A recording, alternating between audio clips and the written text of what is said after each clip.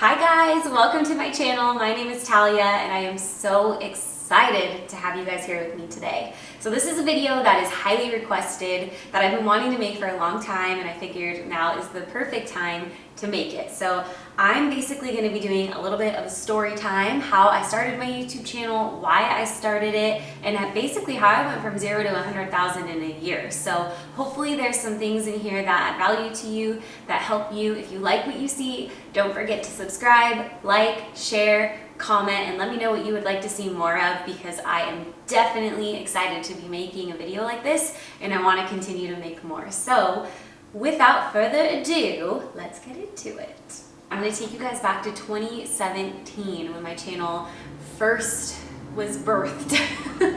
So yeah, a little bit about where I was in 2017. So I had just gotten out of a record deal that I was in. It was a great experience and awesome opportunity. I was able to make my very first EP, and yeah, I was coming out of that label. Unfortunately, it didn't go as well as I had planned. I was working with some great people who were reaching out to different A&R management companies, even other record labels, to just kind of share my music and see who would want to get behind it. And pretty much every single person said the same thing. I had a great look, I had a great voice, but as far as like my style of music, they couldn't really figure out how to market me. And it was like a mix between like pop and country, but also like a little bit of hip hop, because I love like bass and like 808s and things like that. And it's funny because now that sound is really, really popular.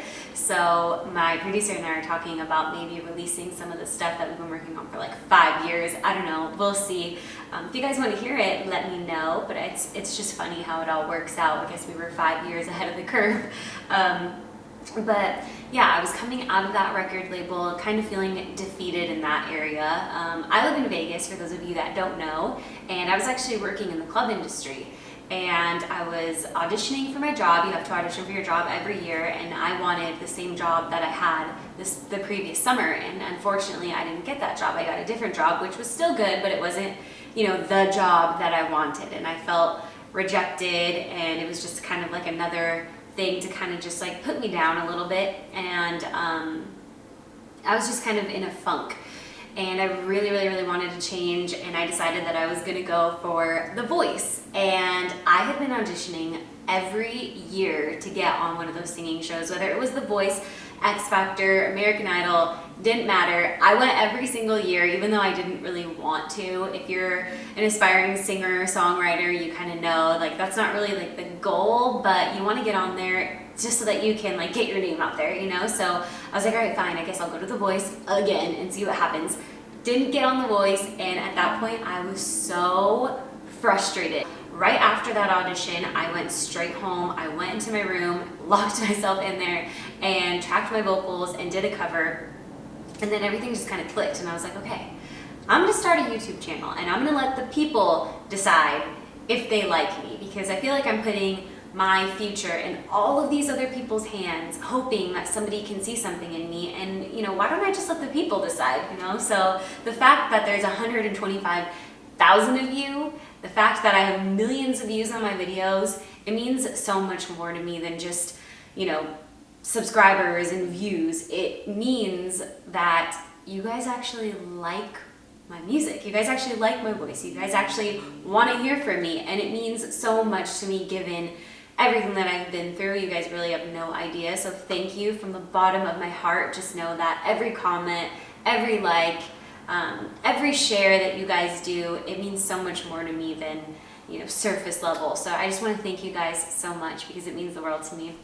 But yeah, that's where I was, and I just was so ready for a change, and I decided to start a YouTube channel. I put all my fears aside. I went out on a whim. I reached out to my producer, asked him if he would be down to help me with this project. I reached out to my friend Jeremy, who's a videographer, asked him if he would film me, and I just got to work. So I delegated very, very early on. Now I'm starting to take a little bit more responsibility with filming and things like that, but first things first, I delegated. I reached out to my producer because he's awesome. His name is Rob, and he produces all of my content. And then my friend Jeremy, because I knew that I wanted it to look really good, and I knew that I wasn't going to be able to do it by myself. So in the beginning, it was important for me to delegate and just get all the hard stuff out of the way so that I could just commit to focusing every Friday and focusing on what I do best, which is singing. I'm gonna go into 5 things that I think really helped get my channel going and what ultimately resulted in 100,000 subscribers in 1 year. So let's get into it.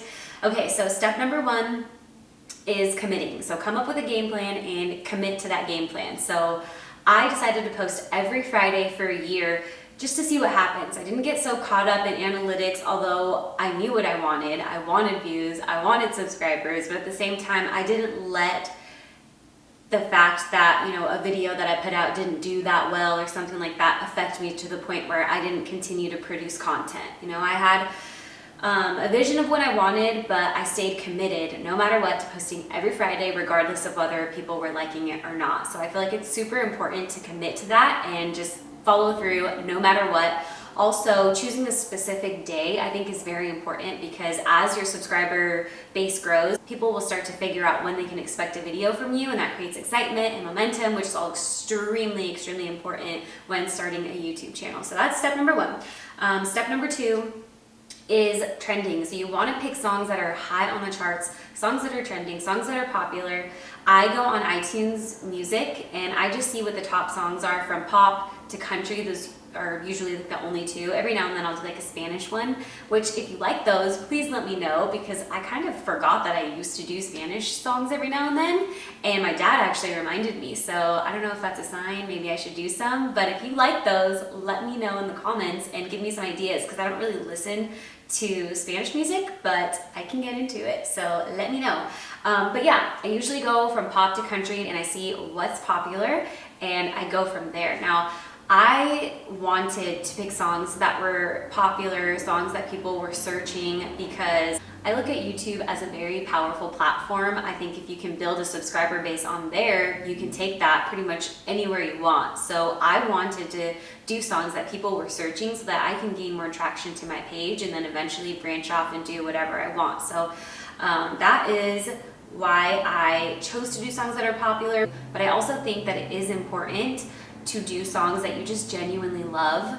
For instance, I did Tennessee Whiskey. That song was nowhere near like trending when I did it, but it's one of my most viewed videos. There's millions of views on it, and I think that it's just because I love that song so much, and you can maybe feel that it ended up getting received really well. So thank you so much to everybody that comments and likes on that video. I still get comments like every single day, but it means so much to me because if you know me, you know that that is my jam. Like anytime I'm asked to sing, that is the song that I sing. So it just means so much to me that it's received so well, because you'll see as you continue to produce content, there will be videos that you love so much and people will not receive it the way that you wanted to, and then there's videos that you put out that you're just like, meh, whatever, and they end up getting so many views and you're like, how? But either way, I'm grateful for all the love. It's just funny how that works. So step 3, there's kind of a lot in this, but it's the subject line. You want it to be something catchy, something that is trending. I feel like I've said trending like 50 million times. You want a thumbnail that is eye-catching, and you want good tags, and your description is also very important, and I feel like a lot of people kind of bypass that. But yeah, I always leave little descriptions, and it's also another way for you to basically put like keywords so that when people are searching the words that are in your description, your video could pop up. So it's just like another form of, you know, you potentially getting your video out there. So I use very keywords in that description. I say the artist name, the song title. I'll even put like another song that I really like from that artist, and just kind of like just make it that much easier for people to find my video when they search for whatever they're searching for. So yeah, I think that that really helps. And also, I never change anything. I know that this was kind of big when I first started on YouTube. I don't know if it's still that way, but I've just kept it. If it's out there, it is out there. I don't change the description. I don't change the song title or the subject line. I just leave everything as is. That's why it's really important to proofread to make sure that there's no grammatical errors. Yeah, I just leave everything the way that it is because I don't want to mess with the algorithm or anything like that. Like once it's out there and it is where it is, it's important to just leave it there, I think, and then just continue to work on other content, and then eventually the ones that are meant to be big will be big. So that's what I do with that. Also, I don't leave any links in my descriptions because YouTube wants its viewers to stay on their platform. So if you have a ton of different links to different websites and things like that, they might not want to push out your videos as much because you're basically like encouraging people to leave their platform. So I personally don't do that. I have an Instagram link, but that's it. So I think that that's something that really helped too. Step 4 is quality content. So hello there. Turn on in there, Jersey. Just put sunblock on. Going out into the sun. this is my hubby. What's up, guys? This is Doozy Bazookas. A little videography going on right now. I'm scooting out. Oh, you're so handsome. You're so handsome. Anyways. Babe, I think we need to make a video together soon. What was that? I think we need to make a video together soon. Oh, you want a video with Raji Raj, huh? What do you guys think? Let us know in the comments. I think we need to bring him out. We'll see. Bring him out. Yeah, I charge the big bucks. I don't know. I charge the big bucks. Okay, so step 4 is quality content. And this doesn't mean that it has to be perfect or professional, but I do think that what you release has to be good. And everyone's definition of good is different, but I think that as long as you love what you're putting out, if you really feel like this is something that you would listen to, if you really feel like you're giving your heart and soul and you're putting everything you got into what you're making, I think that it'll be received really well. And it might not be right away, it might take time. I started my channel March 10th.